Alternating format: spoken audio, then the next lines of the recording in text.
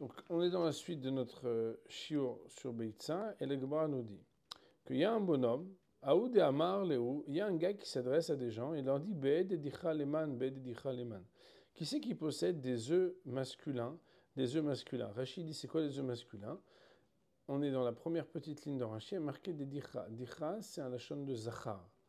Donc c'est comme si on dit Be'e, c'est le pluriel de Be'a, qui veut dire un œuf. Be'e veut dire les œufs. Dichra, le dalet et le zayn s'interchangent chez zachar. Des œufs de garçons, qui c'est qui en a? Des œufs de garçons, qui c'est qui en a? Donc ça veut dire que c'est un gars qui était au chouk et il voulait s'acheter des œufs de garçon. Et Rashi nous dit, c'est quoi les dichra? Première petite ligne dans le Rashi. Chez Ledatan, tarnégolet mitarnégol. On parle des œufs qui ont été pondus d'une tarnégolette qui a eu un rapport de fécondation avec un tarnégol. Velonitra mema minakarka lekoltan velozachar, et qui ne s'était pas réchauffé sur le sol pour féconder sans avoir de relation. Ici, donc, on met en exergue qu'il y a des modalités qui ressemblent à des fécondités asexuées pour les poules. Et là, il voulait des œufs qui sont des œufs qui viennent de relations sexuées entre... enfin, sexuées, vous comprenez? C'est-à-dire d'une rencontre entre un mâle et une femelle. Oui, comme, enfin, c'est pas dire ce que j'ai pas dit, mais d'un mâle et d'une femelle. Alors, la Gemara, elle dit qu'il y a Havulei Be'ed Safna Me'ara.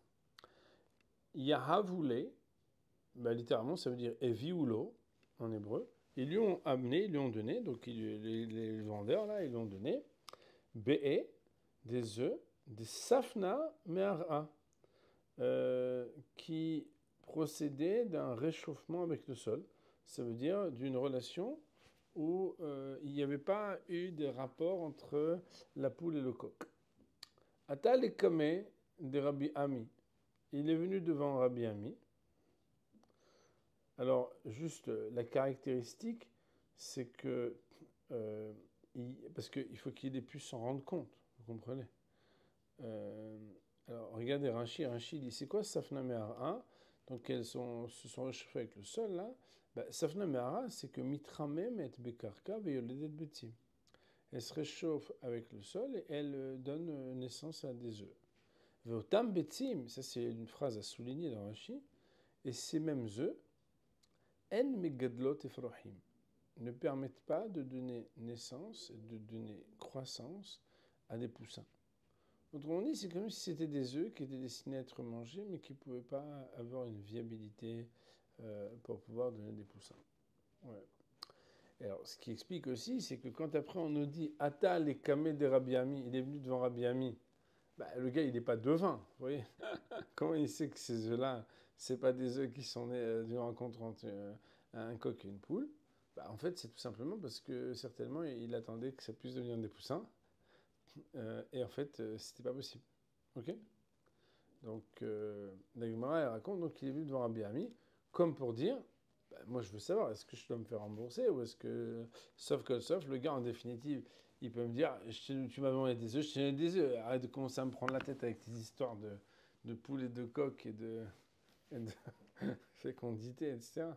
Je sais pas, vous savez que des fois, quand on retourne déjà pour récupérer l'argent quand il y a des œufs qui sont cassés, je sais pas comment vous faites vous, mais moi, je retourne plusieurs fois la plaque d'œuf quand c'est une plaque de 30, et si c'est des petites plaques, des petites boîtes, je les ouvre pour bien vérifier parce que c'est compliqué de revenir en disant l'œuf était cassé. Et si t'es sorti, peut-être c'est toi qui l'as cassé. Mais là, le gars, il a des œufs entiers, il commence à nous raconter qu'il voulait des œufs d'un coq et d'une poule. Alors on dit non, parce qu'il y a oui, qu'on appelle ça un siman. Ouais. Le mot safna, Rachid explique safna. Elle intègre des betsim, on voit le mot klita, elle intègre des betsim, des œufs. Alors vraisemblablement, ici c'est pas vraiment des œufs, en tout cas peut-être c'est des gamètes, je sais pas. Lorsqu'elle se frotte dans la terre par terre. Et bon, comme on l'avait déjà vu, parce qu'on avait un peu anticipé, Rachid l'amène aussi au Bessamouch le Kaman, un peu plus loin, on va nous dire Kol Eicha di Kazachar, que tant qu'il y a dans le périmètre un coq qui peut venir, avec qui elle peut avoir un rapport, ben, elle ne va pas se frotter au sol. Koloimar, Ena Kolet Betimina Karka, elle a une Zachar. Elle ne va pas préférer le sol à un coq. Veno el shon sfune temune hol. Et le mot safna est lié au mot sfune temune hol dans la paracha de Vezot Abracha. Donc, je ne sais pas comment on pourrait traduire sefune.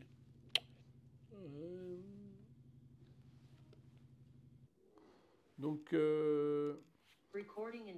alors, ce verset, donc, il est dans la bénédiction de Zvouloun. Il est marqué Zvouloun Amar Smach Zevulun Betsetecha Vissachar Be'alecha.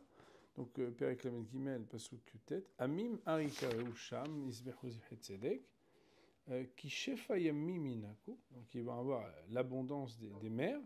Donc, ils vont avoir les ports, etc. Donc, PORTS.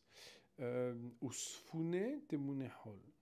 Sfune, normalement, c'est des choses qui sont cachées, et Tmune, donc est enfoui, Hol dans le sable. Alors, la Gemara, elle dit que donc Sfune, Rashi dit, les chants qui souillent, c'est quand quelque chose est recouvert. Et c'est très beau parce que Tosfot, ici, Dad, Skenim, Bala Tosfot, ils disent que Sfune, même si c'est un si et pas un samer, on sait que les sifflantes parfois s'interchangent et ont des connexions. Vous avez dû entendre parler de ça un petit peu, non? Mon rabbin disait par exemple que le mot simcha et le mot tsemicha sont associés. Puis des fois on a... Donc il y a des ponts entre les sifflantes. Et là il dit que le mot sfune vient du mot sfina, qui veut dire les bateaux. Et il dit que les bateaux, ils trouvent les trésors qui sont cachés dans l'eau. Et c'est rigolo parce que ça veut dire que sfina imotset kol machet tsafun, ce qui est caché et tout. Bon, c'est très intéressant de réfléchir à ce sujet. Bon, c'est juste parce que j'ai eu très honte de ne pas vous avoir traduit les mots, alors qu'il cite un persouk. Bon, après, il n'y a pas tellement à avoir honte, parce que les shirot et les brachot et les moments de cantique dans la Torah, je mets au défi, à part des grands experts, de savoir traduire toutes les malédictions qu'il a voulu dire, enfin Bilam, pardon, il a voulu dire, et toutes les brachot dans la fin de Breshit et les brachot de Zetabracha. Il y a beaucoup de mots qui sont extrêmement complexes et extrêmement profonds et difficiles à traduire. En tout cas, on voit ici que la Gemara a dit qu'il est venu voir Rabbi Ami pour savoir il en est quoi. Moi, on ne m'a pas donné des œufs qui donnent des poussins, moi je voulais des œufs qui donnent des poussins. Et alors lui, Amar Léou, Mekartaout, il leur a dit, ben c'est Mekartaout. Mekartaout, ça veut dire, c'est que la vente est caduque, la vente est nulle et non avenue. C'est bon? La Gemara, elle dit, pshita, c'est évident. Le gars, il voulait un truc et tu lui donnes autre chose. Il n'y a pas de question. La Gemara, elle dit, Maoudetema, qu'est-ce que tu aurais dit? Alors, quand on dit qu'est-ce que tu aurais dit, ça veut dire qu'est-ce que tu aurais dit de manière erronée. C'est la manière à laquelle je recommande de traduire systématiquement. Ça vous permet d'introduire, quand vous cherchez ensuite la traduction de la suite de la phrase, de savoir qu'il faut que ce soit le contraire de ce qui était trivial. Donc, Maoudetema, qu'est-ce que tu aurais dit de manière erronée? Aïe dira mishum de shamin antfei. On aurait pu dire que Aïe leachila kabae. En vraie vérité, cet acquéreur, c'était pour manger qu'il les voulait, qui kabae leu. Donc, on pourrait traduire en hébreu. Aïe, ce monsieur, leachila kabae leu. C'est pour les manger. Donc c'est pour les manger qu'il en a besoin. Et que la raison pour laquelle il a quand même spécifié qu'il voulait des œufs qui venaient d'un mâle et pas de la terre, Mishum de Shamin fait. Parce que c'est quelque chose qui est un peu plus valable, un peu plus gras, un peu plus... Voilà, il voulait bien manger. Elle dit... Le mainf cumine. Et d'ailleurs, c'est quoi l'incidence quand quelqu'un il veut des œufs qui sont des œufs qui naissent d'une relation entre un coq et une poule ou pas? Le metvalei beine beine. C'est pour pouvoir justement savoir quelle est la valeur pécuniaire et est-ce que quelqu'un il peut remettre en question la transaction qui a eu lieu. Kamash Malan, Rabbi Ami vient nous dire que oui. Alors, on va juste reprendre dans Rashi pour voir comment on comprend si Bémet ce qu'on a dit c'est vrai ou pas. Donc, on reprend dans les mots de la Gemara si vous voulez bien. La Gemara dit Pshita, c'est normal qu'il va les rendre. Il va récupérer son argent. Mao de Teima. Qu'est-ce qu'on aurait pu dire que, étant donné que Haï Leochla Kabaeleu, Veid Kamarleu Dicha Mishum de Shaminan fait, on aurait pu imaginer que lui, c'était pas parce qu'il voulait en avoir des poussins. C'était parce qu'il voulait bien manger. Et en définitive, on lui a donné des œufs qui sont mangeables. Donc, il a reçu pour son argent. Alors on dit les mainf kumina les mitva les beine ou beine. Quelle aurait été l'incidence de pouvoir choisir les uns plus que les autres? C'est que si jamais on les lui laisse, on peut dire mais il faut quand même lui rembourser la différence, un peu comme ce qu'on avait vu précédemment. Je ne sais pas si vous avez vu précédemment, on avait dit que peut-être qu'on ne lui rend que la différence d'argent entre la valeur d'un œuf qui est né de cette manière ou la valeur d'un œuf qui est dans une autre manière, mais ça n'annule pas la vente. Kamash Malan, c'est ça que Rabbi Ami vient nous apprendre, c'est que ce sont deux catégories d'œufs au point que la vente est nulle et non avenue.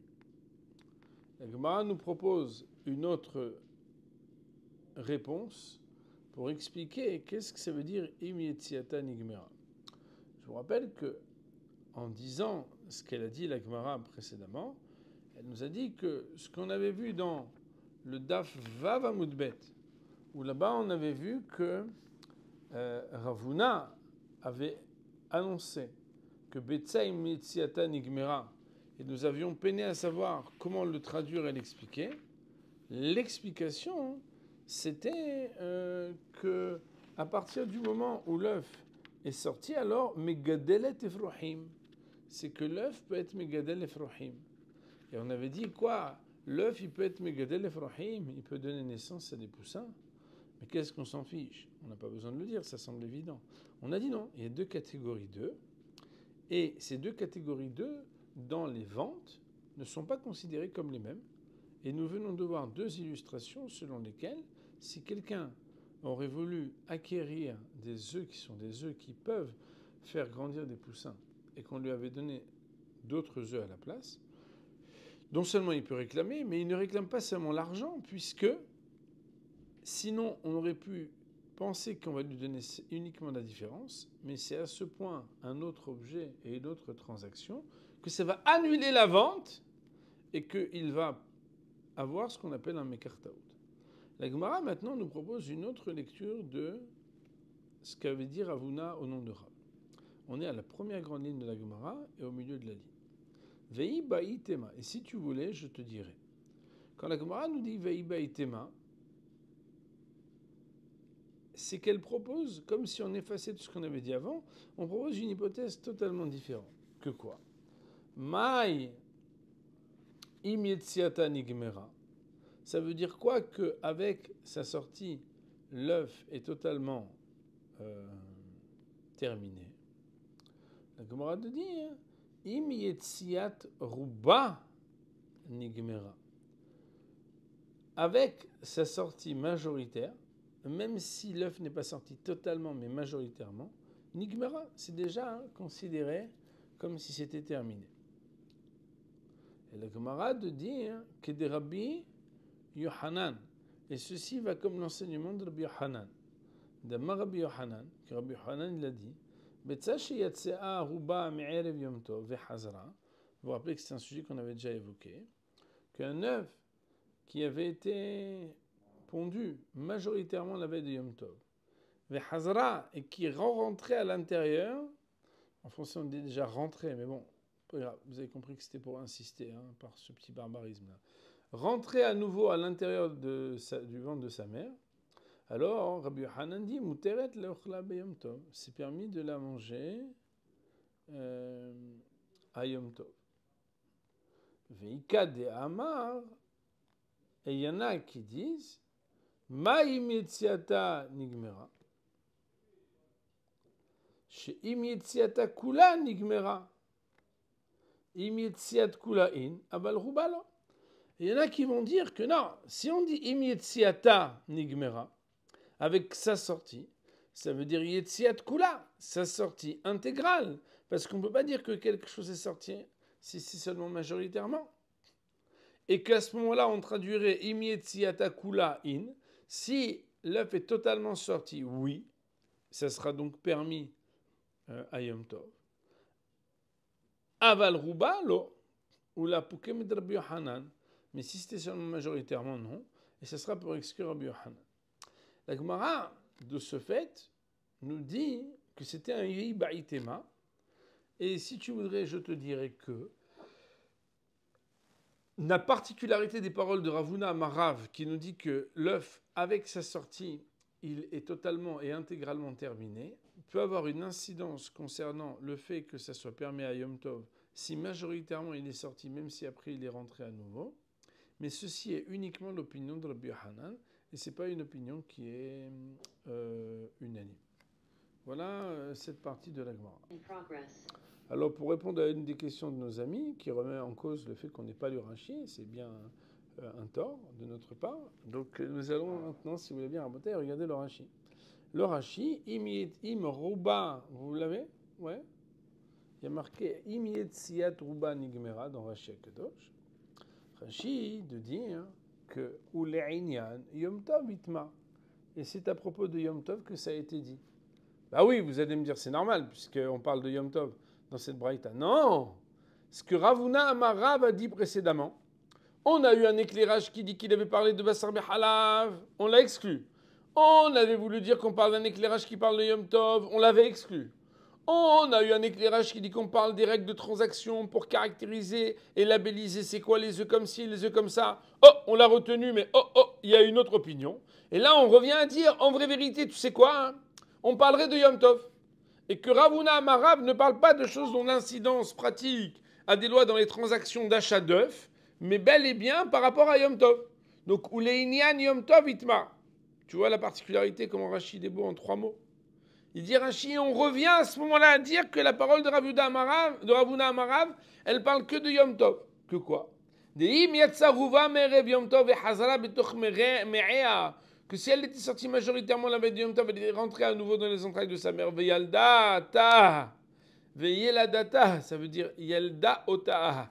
Vous vous rappelez que l'anglise, on met le COD ou COI à la fin du verbe. Donc Veyeladata. Et qu'elle l'a enfanté, je ne sais pas comment on appelle ça, Belaïla, dans la nuit, Mouteret. Des avialé, parce que c'est considéré, ave, c'est considéré au masculin. Avia, c'est considéré au féminin. Avou, ils sont considérés au pluriel. Des avialé, car c'est considéré keilu nolda metmol, comme si c'était enfanté, pondu, la veille.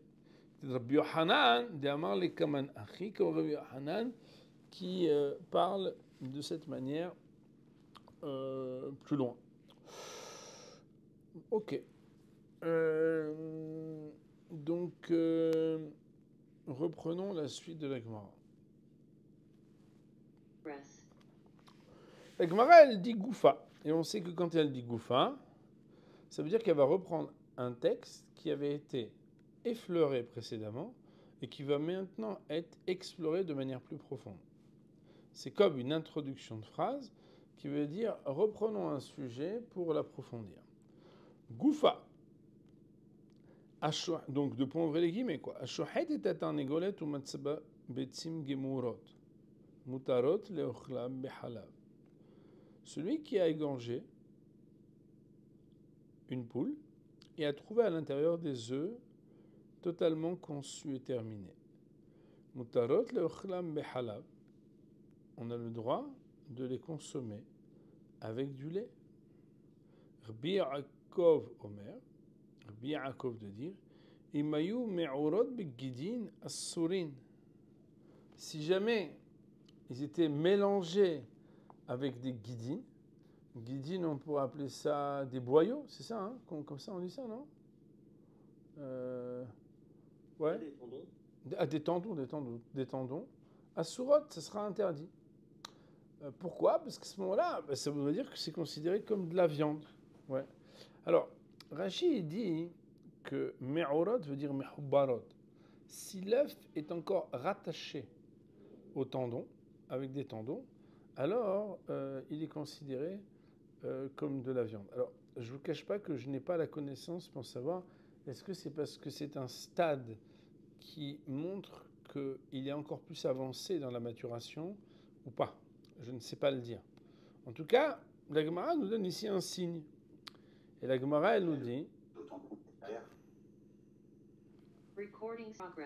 Alors, on va associer nos amis à la question qu'on a eue, et puis on va vous dire en plus que Tosfot en parle.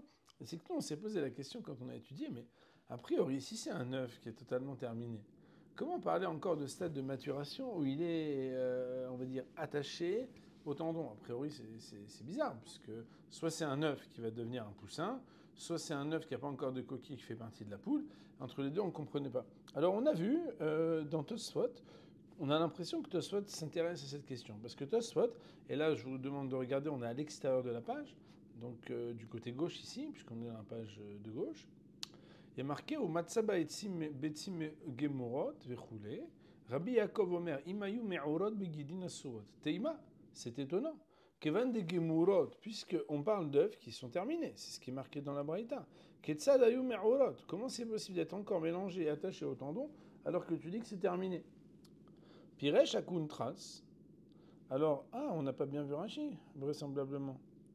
Rashi a expliqué, mais je ne le vois pas ce Rashi, moi. Je ne l'ai pas vu ce Rashi. Bon, je ne vois pas de quel Rashi il parle, mais peut-être que c'est un Rashi précédent. En tout cas, Piresh à Kuntras, qui veut dire Rashi a expliqué. Je vous rappelle que Kuntras, c'était des petits morceaux de papier, puisque Rashi a écrit son commentaire, non pas sur un livre, puisque bon, on est très loin de l'imprimerie, etc. Mais on est au XIe siècle, donc, mais c'est sur des petits morceaux de papier, et le surnom de son livre s'appelle le Kuntras. Donc Piresh Rashi des Gmurot Kaer Helmon, qu'on parle là-bas du Helmon.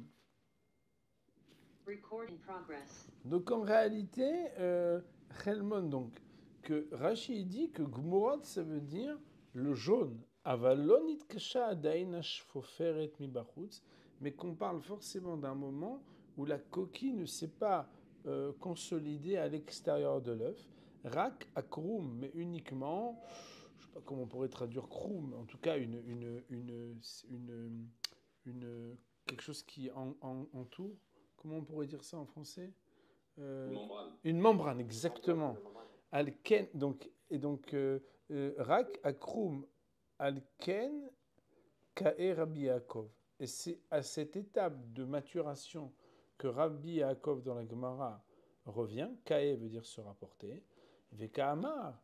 Et que Rabbi Yaakov nous dit, dans le cas où le jaune est déjà formé, et que la coquille n'est pas encore formée, et qu'on voudrait définir est-ce que cet œuf-là, il est mangeable avec du lait ou non, ben là, il nous dit, ça dépend. Est-ce que imayu me'orot? Donc, en vraie vérité, Moraï Rabotai, ça nous clarifie énormément notre problématique. Pourquoi? Parce que Tosfot se pose la question qu'on s'est posée, et il nous dit, bah, vous avez raison, Rabotai. Et si l'œuf, il est avec sa coquille et tout est fermé, c'est fini, il n'y a plus de problème. Sauf que Gmurot, ici, d'après un commentaire qu'il a de Rashi, alors bon, moi, je ne le vois pas, hein, ce commentaire de Rashi. Mais bien évidemment, c'est pas parce que je ne le vois pas qu'il n'existe pas. On va voir, peut-être qu'on va le trouver ailleurs. En tout cas, il a, lui, Tosfot, un commentaire de Rashi, selon lequel on parle de Betim Gmurot, c'est le jaune d'œuf. Et quand le jaune d'œuf est déjà formé et qu'il y a même peut-être une membrane à l'extérieur, mais que la coquille n'est pas encore terminée, à savoir, est-ce que si Bémet, à ce moment-là, quand on a égorgé la poule, est-ce qu'on peut manger cet œuf-là ou pas avec du lait? On dit, ça dépend, est-ce qu'il est me'orot? Est-ce que c'est encore rattaché au tendon?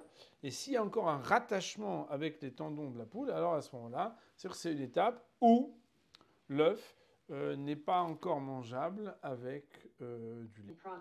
Alors, Tosfot de continuer de dire, vous les fiez Sfarim des Logasé Gmorot, et selon les livres des versions de Gemara, qui ne donnent pas dans leur version le mot Gmurot, autrement dit, il y a des versions où il y a marqué Matzah Betzim, Rabbi Yaakov Omer, Imayu Me'orot, il n'y a pas marqué le mot Gmurot. Niha, c'est beaucoup plus à l'aise et que ça convient. Pourquoi? parce qu'on parle d'un stade de développement où les œufs ne sont pas totalement terminés. C'est facile. Il dit le Rav Ve'arki Garsinan. Et à ce moment-là, voilà comment nous devrions dire la version.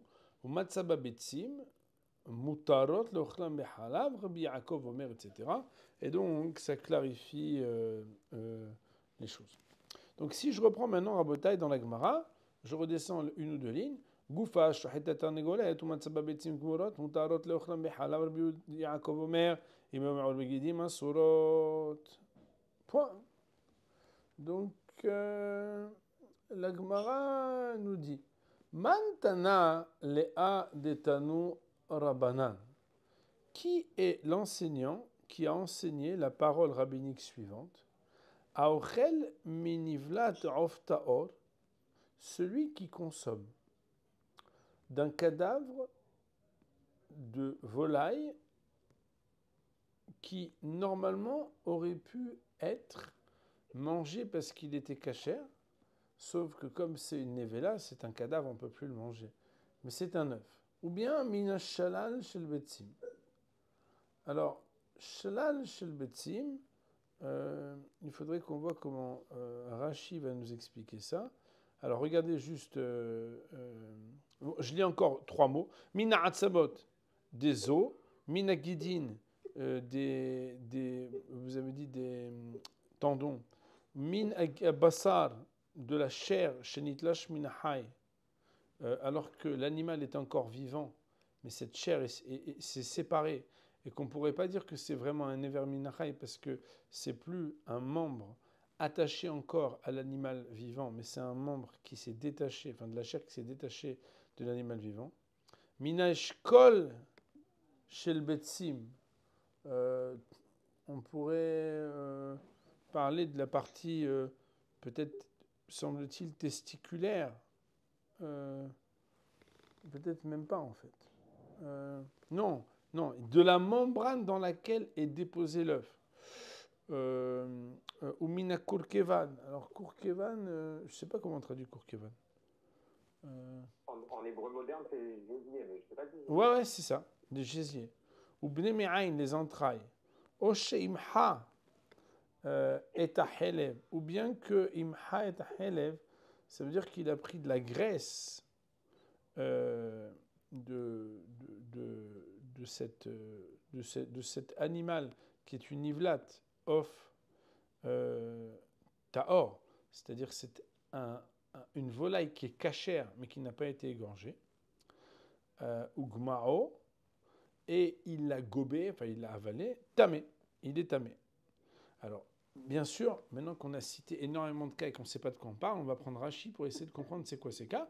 Et ensuite, Tamé, non, Tana, Man qui Tana a enseigné. Autrement dit, on veut identifier quelle est l'opinion singulière qui a été mentionnée, elle est au nom de qui. Mani ou bien Mantana veut dire qui est celui qui a enseigné ou comme qui va ce texte. Okay. Alors, pour comprendre la singularité de ce texte, qu'on a, on va dire un petit peu épluché comme on a pu, sans vraiment couper en morceaux clairement chacune de ces parties, nous allons voir le commentaire de Rashi pour les expliquer. Ok. Donc vous me suivez, on est dans Rashi, on est dans l'intérieur de la page, du côté droit, et on commence par Nivlat of Taor. Vous l'avez ? Alors j'espère que vous l'avez. Rashi nous dit, c'est quoi Nivlat of Taor ? Comme je dis, donc moi je traduis cadavre d'un oiseau, d'une volaille Taor. Metam'a aochla. Ce cadavre-là rend tamé, rend impur celui qui va la consommer. Et cette conduction de tum'a, d'impureté, elle va être les tamé bgadim sheolavouch besha'at beli'ata. Non seulement son corps va devenir impur, et il va devoir se purifier, mais aussi les vêtements qu'il portait au moment où il a avalé cet aliment impur. Alors, il faut savoir, Moray Varmodin, que nous ne prenons pas assez conscience de ce que les interdits de la Torah ne sont pas la diététique ou la santé, ou ce sont des choses qui n'ont aucune importance pour nous. Les mitzvot, on les fait parce qu'Akadosh Baruch Hu les a décidés, et pas parce que c'est bon pour la santé ou que c'est vraiment. Mais par contre, là où il faut être capable d'entendre, c'est que la Torah parle des lois de Touma et de Tahara. Et elle nous dit que celui qui mange quelque chose d'impur, il devient impur. Et c'est quelque chose qu'il faut savoir, qu'il y a une Touma. Alors bien sûr, comme on vit dans un monde aujourd'hui où il n'y a plus de Touma et de Tahara, même quand les femmes se trempent au mikvé, ce n'est pas parce qu'elles sont tamées, parce qu'elles sont asourotes. La différence entre tamé et assour, c'est que tamé et tahor, ça a une incidence à des moments où il y a des espaces, des situations, des consommations et des actions qui réclament une purification et une sainteté. Par contre, il y a des choses qui sont permises ou interdites indépendamment de la dimension pure et impure. Quand une femme est nida, elle est interdite à son mari, et quand elle s'est trempée au mikvé selon les règles strictes de la loi de la Torah, alors à ce moment-là, elle redevient permise. Mais interdit et permis n'a rien à voir avec tamé et tahor, avec impur et pur. C'est la raison pour laquelle, étant donné que nous sommes très étrangers au sujet de Touma et Tahara, parce qu'on vit dans un monde où il n'y a pas de Touma et Tahara, parce qu'on considère que on ne sait plus qui est tamé, qui est tahor, comment garder les lois, etc. Alors, on peut dire que Bekarov et Yamenu, nous qui sommes en Israël et qu'on étudie la Torah et qu'on prie Bastien pour la reconstruction du Beth Amikdash, Merav Yamenu, bientôt on va devoir étudier Seder Taharot et on va devoir apprendre Seder Kochim. C'est-à-dire qu'on va devoir étudier les ordres de la Mishnah et de la Gemara, où il va falloir être au point pour savoir qu'est-ce qui se passe, quoi. Mais en attendant, et d'ailleurs vous savez que les yeshivot de Brisk, tous les élèves du Rav de Brisk, etc., étudient déjà ce qu'on appelle Kochim, ça veut dire les traités de Gemara qui parlent des korbanot et des règles des Kohanim, puisque il faut se préparer. Rav Sraim a écrit des livres entiers aussi là-dessus, il faut se préparer, puisque les Kohanim, bientôt, moi j'ai un petit-fils Kohen, il va falloir qu'il apprenne qu'est-ce que ça veut dire la Trouma, et qu'est-ce que ça veut dire la Touma et la Tahara, etc. C'est un Réouen, ça peut être sérieux, là.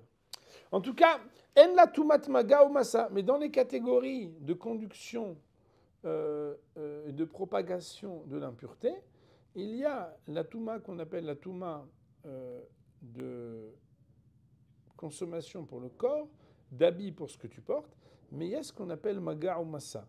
C'est ce avec quoi tu es en contact et ce sur quoi ce que tu es en train de porter. Donc bon, un jour on étudiera Tumat Mishkav, Tumat Massa, Tumat Maga, etc. C'est pas vraiment notre sujet maintenant. C'est juste pour dire en fait que le gars, l'incidence, elle est qu'il devient impur et que ses vêtements aussi. Maseret Nida, dans le traité de Nida, à la page Nunalef, 51a, et Alfinan là, nous l'apprenons. Il y a marqué là-bas, donc Mimena. Et on parle ici que Ochel Echad Minadvarim Alalou, Mimena, celui qui mange une des parties de l'animal qui est impure, on est en train de statuer desquelles parties qui font partie de cet animal ou qui font a priori peut-être plus partie de cet animal, il devient quand même pur ou impur. Parce que si quelqu'un il mange l'animal lui-même, par exemple, tout entier, il sait que c'est de ça qu'on parle dans la Torah, parce qu'il n'a pas de doute. Mais il y a des parties qui ont l'air de ne pas faire partie de l'animal impur, comme d'autres parties. Et là-dessus, on vient statuer pour savoir, même est-ce que les parties même accessoires, elles sont considérées comme faisant partie. Je ne sais pas si je me suis bien exprimé, mais on va dire comme ça. Le oftamé, la nivlat oftaor, le cadavre d'un animal dont l'espèce est cachère, mais qui n'a pas été égorgé, et qui donc potentiellement rend tamé celui qui va le consommer et ses habits, cet animal, il a des parties sur lesquelles on ne se pose pas de questions, que si tu les as mangées, tu deviens impur. Et il y a, oui, des parties sur lesquelles on se pose des questions, est-ce que oui ou non? Parce que ce sont des parties qui ne sont pas aussi essentielles et constituantes de cet animal. Et c'est ce dont on va parler dans l'énumération des cas qu'on a cités. Par exemple, Shlal Shel Betzim. On a parlé de l'enveloppe des Betzim. Keshem Kvushim, Veshlulim, Vekvuim, Bashidra, Klomar Aochel Otam Betzim Beodam Meorim Begedin. Alors là, il nous dit le Rav que les œufs, avant d'arriver à un stade de développement où ils vont être matures, au point de pouvoir être pondus, en tout cas à la fin de conception, ils sont attachés au tendon. Alors à ce moment-là, on dit que celui qui va les manger, première chose qu'on aurait pu imaginer, on se dit, bah non, puisque c'est potentiellement des œufs. Si, il sera tamé. Autre chose, la guidine. Donc, le kassavar et megidim et noten tam. Alors, les guidines, il dit le Rav ici qu'on parle que les guidines ne donnent pas de goût. Alors bon, c'est pas vraiment notre sujet maintenant. Il y a un sujet qui s'appelle noten ta'am. Dans les lois de Kashrut, on ne considère a priori quelque chose que si il a une possibilité de donner du goût. Shalal, il dit beshta. Alors, je sais pas comment on pourrait traduire en français. Je sais pas. Hein. Il y a un livre ici qu'ils ont sorti, je crois que c'est un Rav qui s'appelle Veil, il a repris tous les lazés Rashi, tous les mots qui sont dits en vieux français de Rashi, et il leur a fait une correspondance. Blinéder, si j'ai le temps, ou sinon on le fera ensemble lundi matin au Beth Midrash, on reprendra ce mot-là, qu'on regardera comment il a traduit, parce qu'il a fait un très très beau travail. En tout cas, Bassar Shenitlash Minachai. Alors il faut savoir que la chair qui s'est séparée de l'être animal quand il était encore vivant, l'ave nevelai, a priori, ça ne fait pas partie du cadavre. Pourquoi ? Parce que c'est comme si, alors je sais, je dis n'importe quoi, mais par exemple, si un animal il a perdu un ongle, ou il a perdu, Barminan, il a perdu un morceau, voilà, il a perdu une patte. Il s'est fait écraser par un couteau et il a perdu une patte. Et après, il est devenu cadavre. Est-ce que la patte, elle vient d'un animal cachère ou non cachère? On ne peut pas dire qu'il y avait un animal non cachère. Mais est-ce qu'on vient d'un animal qui a été égorgé? Ce n'est pas un animal égorgé. Alors qu'est-ce qu'on va dire? Alors il dit le Rav que la chair qui est détachée de l'animal avant qu'il meure, ou bien mina eshkol. Alors il dit c'est quoi eshkol? Eshkol, a priori en français, on pourrait se dire quoi? Eshkol, ça veut dire une grappe. Non. Mi besar shidrash abetzim adukim sham, de la chair qui est sur la colonne, enfin sur les vertèbres, je ne sais pas si ça s'appelle les vertèbres ou colonne vertébrale, je ne sais pas, sur lesquelles les œufs sont attachés, ou bien shimcha et achelev, il a enlevé la graisse, etir et hashemen, il a, je ne sais pas comment on pourrait dire etir, atacha normalement ça veut dire faire couler comme ça, ouais, je ne sais pas comment on enlève la graisse, mais vous savez c'est comme si quelqu'un par exemple il vient et il passe par un couteau ou quelque chose, et il fait comme ça, il gratte, et il enlève la graisse. Vous voyez ce que je veux dire? La graisse, hein, comment on appelle ça? Normalement, metichot en hébreu, c'est étirement. Non, mais ça, c'est avec un het, c'est pas avec un chaf. Chaf, avec un chaf, c'est comme... non, avec un chaf. Étir, c'est enlever un liquide d'un solide, si je ne me trompe pas. Mais bon, c'est une autre écriture.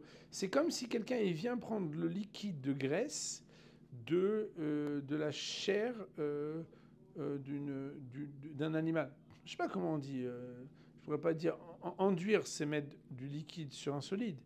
Je ne pourrais pas dire que déduire, c'est le contraire, parce que ça ne se fait pas. Mais vous comprenez, c'est-à-dire faire comme ça quand on passe dessus, et à la fin, quand tu passes dessus, à la fin, il y a plein de liquide. Ugmao, après, il avale. Tamé. Ou Be'aor ve'arotev, et dans le chapitre Aor ve'arotev dans Cholin, par Chilal, on pose la question, Ve'achila activabe. Pourtant, on parle de manger. Ve'amar Rabbi Shimon ben Lakish, Hanevesh l'arabot et achoté. Ve'achaktiv, Nevesh artochal nevela. Bon, pas très important, je ne vais pas rentrer dans ce sujet. Est-ce que manger un liquide est considéré comme manger ou comme boire? Et l'incidence serait, quand la Torah nous dit celui qui en a mangé devient impur, est-ce que celui qui a mangé de la partie liquide de l'aliment, il est considéré comme s'il avait mangé de la partie solide, parce qu'en définitive, ce liquide vient du solide, ou bien non? C'est un sujet annexe, je l'accorde, c'est pas très important. En tout cas, la Gemara, elle nous dit, Mantana, qui a enseigné que Mina Shalal Shel Betsim Taor, alors il dit Rashi Akadosh, Alma Lav Basaou. Si on dit qu'il y en a un qui dit que Shalal Shel Betsim, celui qui a pris les œufs quand ils sont encore rattachés, il est taor, il est pur et pas impur. Alma lav basarou. Si tu dis qu'il est pur, c'est que c'est pas de la viande. Parce que si c'était de la viande d'une volaille de catégorie cachère qui n'a pas été égorgée, qui est morte, un cadavre, normalement, toute la viande qui est dedans, c'est impur. Si on dit qu'il est tahor alors qu'il a mangé quelque chose qui relève des œufs qui sont à l'intérieur, c'est qu'ils pensent qu'un œuf qui est encore rattaché à la chair de la poule ne fait pas partie de la viande. La Gemara, elle dit, dès l'eau, qui Rabbi Yaakov, ça n'irait pas, comme Rabbi Yaakov. Donc, je reprends les mots dans la Gemara, elle nous dit, Mantana Misheshemesim Taor, Amar Rabbi Yosef, dès l'eau qui Rabbi Yaakov. Point. Je vous explique juste à l'oral, tout ce détour pour expliquer, regardez-moi s'il vous plaît, que, étant donné que précédemment nous avons dit qu'il y a des stades où l'œuf, quand il n'est pas encore totalement prêt à sortir avec sa coquille, quand on avait dit Me'urot, il est encore rattaché au tendon, il s'appelle une viande faisant partie de la poule au point qu'on ne peut pas le manger avec du lait, Al-Korhach, forcément, lui, il penserait que dans le cas où ça serait une volaille morte, s'il en mangeait un œuf, qui est à ce stade-là, forcément, il serait impur, puisque ça veut dire qu'il a mangé de la viande. Or, il existe dans ce texte que nous avons cité une discussion à savoir est-ce que shlal shel betzim, c'est-à-dire ce fil conducteur d'œufs qui ne sont pas encore prêts à être pondus, mais qui sont déjà en voie de développement. Celui qui les a mangés, il peut rester quand même pur. Al-Korhach, forcément, il ne peut pas aller comme Rabbi Yaakov qui pense que dès lors qu'ils sont encore rattachés au tendon, on ne peut pas les manger avec du lait parce qu'ils sont considérés comme viande. Et donc la Gemara vient nous expliquer ici que le sujet de Rabbi Yaakov est un sujet qui reste une opinion singulière et pas du tout unanime. Nous allons nous arrêter là pour aujourd'hui et nous aurons la digestion. Je ne sais pas si vous allez manger du poulet Shabbat. Vous savez que des fois, quand on achète une poule, on trouve des œufs à l'intérieur. Je ne sais pas si ça vous arrivait. Nous, la veille de Kippour, on avait comme ça, là, on mangeait la poule. Et dedans, il y avait des œufs, des jaunes. Alors, je pense que jusqu'à lundi prochain, puisqu'on est dans le feu de l'action, de toute façon, vous ne les mangerez pas avec du lait. Mais on reviendra sur ce sujet pour clarifier et mieux avancer notre développement. On va dire Baruch Olam, Amen.